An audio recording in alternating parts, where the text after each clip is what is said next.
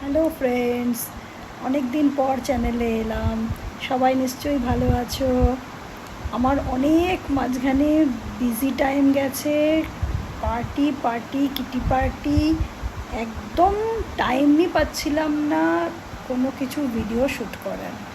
অনেক দিন পর ভাবলাম না একটু নিজেই শ্যুট করি। অবশেষে আমাদের বোকারোতে একটু একটু একটু একটু বেশি না বর্ষা এসেছে।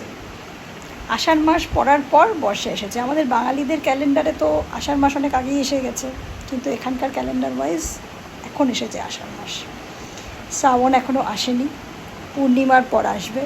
যাই হোক, শ্রাবণ এলে তো নানান রকম পার্টি ফটো তো আমি লোড করবই।